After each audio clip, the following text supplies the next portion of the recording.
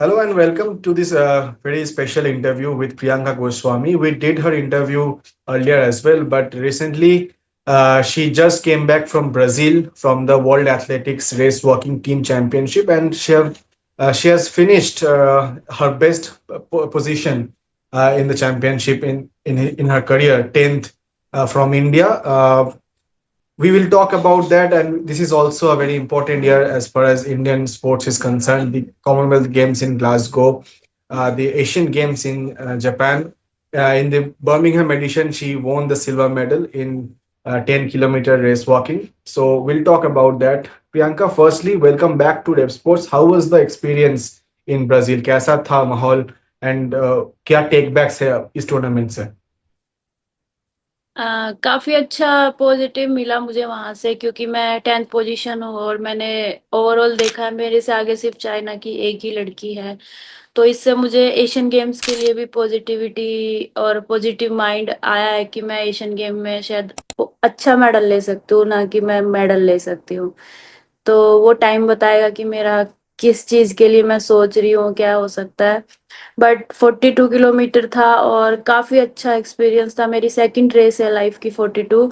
और मुझे इससे ऐसा लगा कि मैं आने वाली जो हमारी नेक्स्ट ईयर वर्ल्ड चैंपियनशिप भी है उसमें भी और अच्छा कर सकती हूँ यहाँ से। क्या क्या लेसन्स मिला है आपको ये वाला इवेंट से, ब्राजील वाला इवेंट से, क्योंकि ये साल काफी इंपॉर्टेंट है। CWG है, एशियन गेम्स है, जैसे आपने बताया, तो क्या क्या लेसन्स मिला आपको इस टूर्नामेंट से?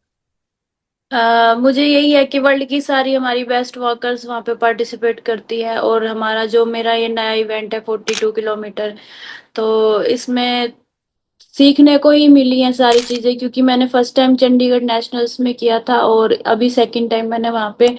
तो मेरी जो चंडीगढ़ में थोड़ी मिस्टेक हुई थी वो मेरी यहाँ पे नहीं हो पाई है, जितना मतलब मेरे को पता था कि मैं यहाँ पे आके थोड़ा वीक पड़ती हूँ इतने किलोमीटर पे। तो उसको मैंने माइंडसेट थोड़ा स्ट्रोंग रखा कि अगर मेरे को प्रॉब्लम होती भी है तो मुझे ज्यादा स्लो पेस नहीं होने देना है। तो वो चीज मैंने सीखी है, और मैं अगली रेस में मेरे एशियन गेम्स में ये बहुत हेल्प करेगी मेरे लिए। ये जो आपने ट्रांजिशन की है, ट्रांजिशन नहीं मतलब ये आपका नया इवेंट, जैसे आपने बोला ये आपकी सेकेंड ऐसा 42 किलोमीटर का फुल मैराथन का रेस था। आपने 10 किलोमीटर में CWG में मेडल जीता है, सिल्वर मेडल। ये वाला इवेंट शुरू करने का ख्याल कहाँ से आया आपका? बस अभी मेरे जो कोच है वो जर्मनी से आए हैं, रोनाल्ड वैगल। तो उनको ही जो उनको प्लान है कि एशियन गेम्स में हमारे चांस है मेडल के इस लॉन्ग इवेंट में। तो क्योंकि मेरी बॉडी भी शायद उनको लगता है कि मैं लॉन्ग ज्यादा अच्छा कर सकती हूँ। तो एशियन गेम्स को देखते हुए मेरा पूरा प्लानिंग लेके चल रहे हैं। और 10 किलोमीटर भी मुझे वैसे अभी कॉमनवेल्थ के लिए करना है, तो कोच का ही प्लान से मैं चल रही हूँ।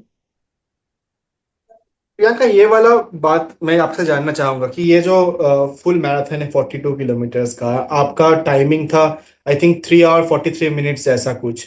तो ये इतना लंबा टाइम पूरा, वो रेस वॉकिंग का हम जो देखते हैं टीवी में, देखने में बहुत मुश्किल लगता है। ये इतना लंबा ड्यूरेशन पूरा मेंटेन करना कितना फिजिकली चैलेंजिंग होता है, मेंटली भी कितना चैलेंजिंग होता है। एंड जब आप पहली पहली बार कर रहे हो तो वो और भी ज्यादा चैलेंजिंग होगा शायद आपके लिए। वो एक्सपीरियंस के बारे में बताइए कि how do you prepare yourself for such an endurance sport? वो हम ट्रेनिंग से ही स्ट्रांग होता है, हमें ट्रेनिंग उसी हिसाब से कोच कराते हैं ताकि हमें कंपटीशन में उतना वो ना लगे, न्यू सा ना लगे कि इतना लंबा इवेंट है, इतने घंटे चलना है। तो मैंने ट्रेनिंग में ही ऑलरेडी 2-3 बार 40 किलोमीटर 42 किलोमीटर किया हुआ था नेशनल से पहले। तो इसलिए मैंने इजीली कर लिया। अभी हम जैसे ऊटी गए थे हाई एल्टीट्यूड ट्रेनिंग के लिए, कैंप लगा हुआ था हमारा ब्राजील से पहले। तो वहां पे मैंने जो हाईएस्ट लॉन्ग किया था 35 ही किया था। उस 35 लॉन्ग से मैं इधर 42 किया है। तो ट्रेनिंग ही हमें इतना स्ट्रांग बनाती है कि हमें आसान तो नहीं लगता है, ऐसा तो नहीं कह सकती, लेकिन यह है कि हम करने के लिए रेडी रहते हैं उसको। वो टूर्नामेंट जब आप चल रहे हो, जब शायद 10 किलोमीटर हो गया, 20 किलोमीटर हो गया, तो दिमाग में क्या चलता है कि अभी 20 किलोमीटर्स के बाद भी और भी 20 किलोमीटर चलना है, तो वो वाला फीलिंग कैसा होता है? इसमें मतलब जो माइंड सेट रहता है 25 से 30 किलोमीटर तक तो ऐसे रहता है कि 30 तक तो जाना ही है, उसके बाद ये शुरू होता है कि इतना हो गया, इतना रह गया, इतना हो गया, क्योंकि 20 किलोमीटर से डबल ही है, सही बात है ये तो। लेकिन हमारा जो इस 42 का माइंड सेट है, वो हम 30 तक 25 तक बहुत सोचते नहीं है कि कितना बचा है। अगर ये सोचने लग जाएंगे इतना हो गया, इतना हो गया, तो फिर लगेगा हाँ डबल बाकी है अभी तो इसलिए हम 25-30 तक तो माइंड में ऐसे रखती हूँ, बस चलना है, सोचना नहीं है कि कितना किलोमीटर हो गया है, कितना बचा है। तो बस इसीलिए हो जाता है। आप ऐसे आसानी से बोल रहे हो क्योंकि मैंने खुद भी, हमारा अभी इंडिया में हर महीने कोई ना कोई लॉन्ग डिस्टेंस रनिंग का इवेंट चलता ही रहता है। मैं भी 2 बार 5 किलोमीटर रेस में भाग ले चुका हूँ। 1 किलोमीटर के बाद से ही लगता है कि कितना मुश्किल है, आप तो 42 किलोमीटर कर रहे हो। बट इसी मुद्दे पे आएंगे कि अभी इंडिया में जो इतना सारा हर महीने लॉन्ग डिस्टेंस रनिंग का इवेंट चलता रहता है, आप खुद भाग लेते हो किसी इवेंट में, एंड ये ओवरऑल इकोसिस्टम के लिए कितना मायने रखता है। एंड ये जो इतना सारा पार्टिसिपेशन हो रहा है हर एक इवेंट में, आप देखेंगे तो 10-12 हजार का लोग तो मिनिमम पार्टिसिपेट कर ही रहा है। तो ये एलिट लेवल के एथलीट्स को भी क्या इससे फायदा मिलता है कि नहीं? वो तो जैसा हमारा रेस वॉकिंग का तो उतना नहीं होता है, जैसा जो हाँ, मैराथन्स होती है उस टाइप से तो नहीं होता है। हाँ।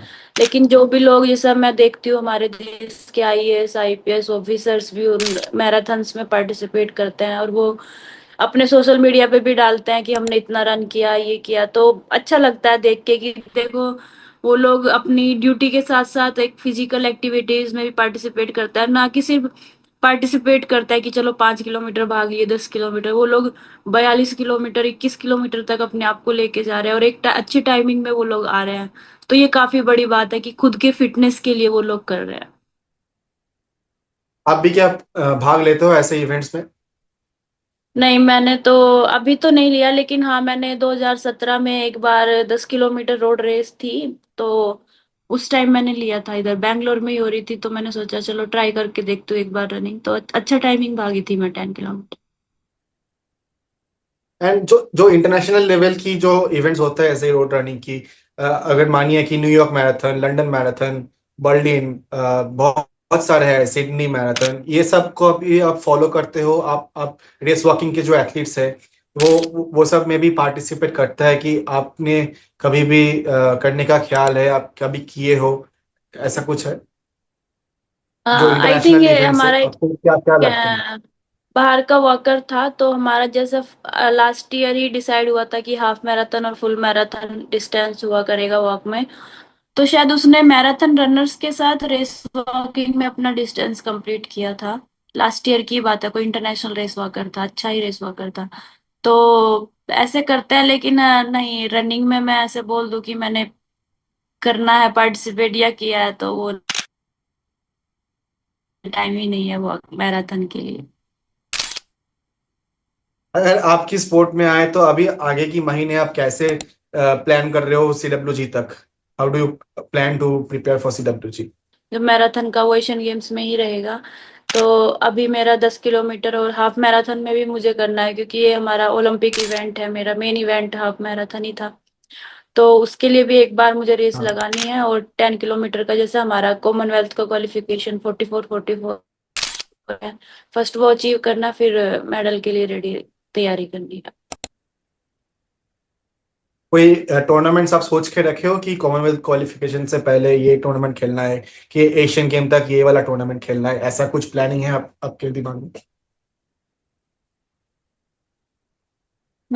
मेरे तो सब, मैं को इस बार जो मैंने को लाइफ में मुझे जहाँ तक है कि मैं पहली बार कोच के प्लान के हिसाब से, कोच जो बोल रहे हैं कि ये चीज बेस्ट है, ये कंपटीशन बेस्ट है, तो उनके डिसाइड जो वो कर रहे हैं उसी हिसाब से मैं चल रही हूँ। तो अभी एक वीक हमें थोड़ा इजी ब्रेक ये सब दिया, तो वो डिसाइड कर रहे हैं कि मुझे कौन सा कंपटीशन खेलना है क्वालिफिकेशन के लिए, और एशियन गेम से पहले क्या क्या प्रिपरेशन करनी है। प्रियंका, एक चीज मैं पूछना चाहूंगा क्योंकि अभी जो हम कॉमनवेल्थ के लिए प्रिपेयर कर रहे हैं ओवरऑल एज अ कंट्री, आपकी जो मेडल थी बर्मिंघम में, सिल्वर मेडल, वो वाला कितना इंपॉर्टेंट मेडल आप कहोगे आपके करियर में एंड ओवरऑल इंडियन पर्सपेक्टिव से? क्योंकि लॉन्ग डिस्टेंस एक ऐसा इवेंट है जहां पे इंडियन शायद थोड़ा पीछे रह जाता है, क्योंकि कॉमनवेल्थ में अगर आप देखेंगे तो जो केनिया वैसा जो देश है जो लॉन्ग डिस्टेंस में बहुत ही अच्छा करते हैं, वो वाला इवेंट में मेडल लाना कितना इंपॉर्टेंट था, and how do you look forward to this year Commonwealth Games? Hmm, काफी अच्छा था मेरा लाइफ। उसी इवेंट के बाद थोड़ा सा मेरे स्पोर्ट्स करियर में चेंजिंग आए हैं, और मेरी पर्सनल भी लाइफ में चेंजेस आए हैं, क्योंकि थोड़ा फाइनेंशियली सपोर्ट भी मुझे उसी मेडल के बाद से मिलने शुरू हुए थे। तो एक अच्छा बेस हो जाता है एथलीट के लिए। लेकिन ये है कि कॉमनवेल्थ एशियन गेम्स हमारे देश में बड़े माने जाते हैं, पर जो मेरी लाइफ का मैं अभी बोल सकती हूँ कि मेरा सबसे बड़ा अचीवमेंट मेरा ये वर्ल्ड चैंपियनशिप था, क्योंकि मैं वर्ल्ड के सब बेस्ट एथलीट्स में टॉप 10 में थी। कॉमनवेल्थ में भी कॉमनवेल्थ कंट्रियां और एशिया में एशियन कंट्रीज होती हैं, तो वहां पे सारा मिक्सअप था सबका। तो ये मेरा सबसे हाईएस्ट अचीवमेंट है करियर की। बट हाँ, कॉमनवेल्थ और एशियन गेम्स सबका ही ड्रीम होता है कि हम गोल्ड मेडल लेना है वहां पे, तो इसी बार उसी के लिए फाइट रहेगी।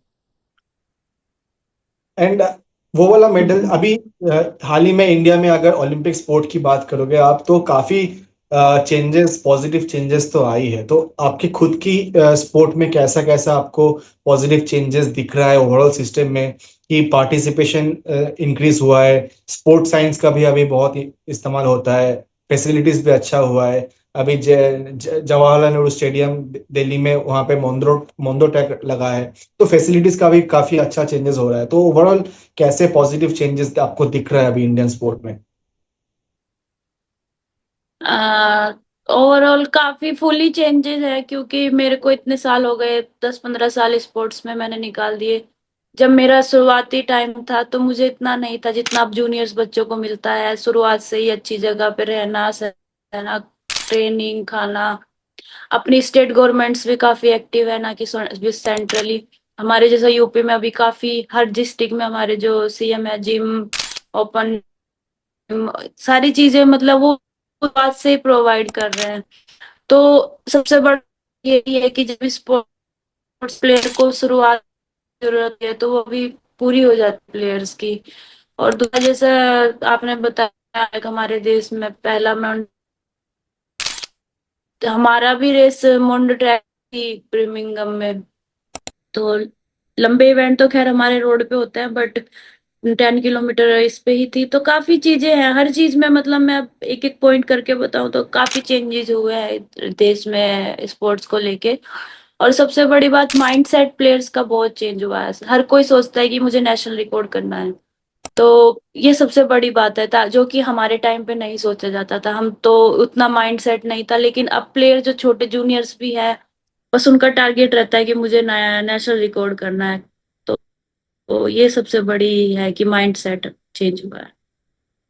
ये आपको क्यों लगता है कि क्यों क्यों चेंजेस आई है, कि अभी बहुत सारे फिनेंशियल प्राइजेस भी घोषित दिया जाता है गवर्नमेंट से, फाइनेंशियल सपोर्ट है, लोग एथलेटिक्स को एंड सारे स्पोर्ट्स को एज अ करियर ऑप्शन देख रहे हैं।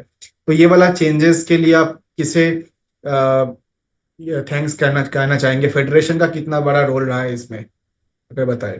फेडरेशन का तो रोल प्ले, हम तो, हमें हमें ऊपर का तो कुछ नहीं पता। हमारा कुछ भी होता है, टीम जाती है, तो हम तो फर्स्ट फेडरेशन से ही कनेक्ट होते हैं। तो सब पहले हमारे साथ फेडरेशन ही है, उसके बाद मिनिस्ट्री, गवर्नमेंट, सब उनके थ्रू काम होते हैं। तो फेडरेशन का रोल ही है, क्योंकि देखो मैं अभी बताऊं, हम ब्राजील जाने वाले थे तो हमारा वीजा नहीं लग रहा था एंड टाइम तक भी, और फ्लाइट की टिकट्स नहीं थी। मतलब बहुत ही उन लोगों ने, जो हमारे स्टाफ है फेडरेशन के, जो काम करते हैं वहां पे, 24 आवर्स, मतलब वो लोग सोए भी नहीं थे उस टाइम पे, कि बस हमें टीम भेजनी है वहां पे कैसे भी करके। हमें भी ऐसे हो रहा था कि जाएंगे नहीं जाएंगे, पता ही नहीं था कि जा पाएंगे। बट उन्होंने इतना मेहनत किया, पूरा काम किया, जैसे भी दिन रात लग के, और फाइनली हम वहां पे पहुंचे 24 आवर्स बिफोर। बट ये है कि उनकी मेहनत की वजह से ही हम शायद वहां तक पहुंच पाए हैं। मतलब ये सारी चीजें मीडिया में नहीं आते उतना, कि बैक स्टेज पे जो लोग मेहनत कर रहे हैं। आपने ये बात बोला, बहुत ही अच्छा है। पर आखिरी सवाल करना चाहूंगा कि अभी जो इस साल का जो आपने बताया कि कोच से आप डिस्कस करेंगे कौन सा इवेंट्स खेलना है, बट जब आप नहीं खेल रहे होते हो तो आप कैसे खुद को मेंटेन करते हो मेंटली, कैसे करते हो, फ्री टाइम में क्या करते हो? एंड क्योंकि वो भी काफी इंपॉर्टेंट है स्पेशली आपके स्पोर्ट के लिए, क्योंकि इतना लॉन्ग डिस्टेंस रनिंग में मेंटल फिटनेस भी बहुत इंपॉर्टेंट है। So how do you prepare yourself for that, for the long challenges? बस ट्रेनिंग चलती रहती है, टाइम का हमें पता ही नहीं चलता है। जैसा संडे होता है, रेस्ट डे होता है, तो मंडे से हमारा पूरा वही प्रोसेसिंग चलना शुरू हो जाता है। हमें ही नहीं पता चलता, अरे वीक थर्सडे आ गया, इतना जल्दी वीक चला गया, क्योंकि थर्सडे थोड़ा हमारा इजी होता है। तो इसलिए ऐसा लगता है कि वीक कब चला जाता है पता नहीं चलता। थोड़ा बहुत हम बाहर घूम लेते हैं ऐसा फ्री टाइम में, तो पता नहीं चलता। जैसा अभी हमारा ऑफ सीजन शुरू हुआ है, तो कब 4-5 महीने निकल जाएंगे हमें भी नहीं पता चलेगा। काफी अच्छा लगा आपसे बात करके Priyanka, thank you so much for your time. आपसे फिर से मुलाकात होगा कॉमनवेल्थ में, एंड तब फिर से मेडल के बाद फिर से इंटरव्यू करेंगे। Thank you so much for joining.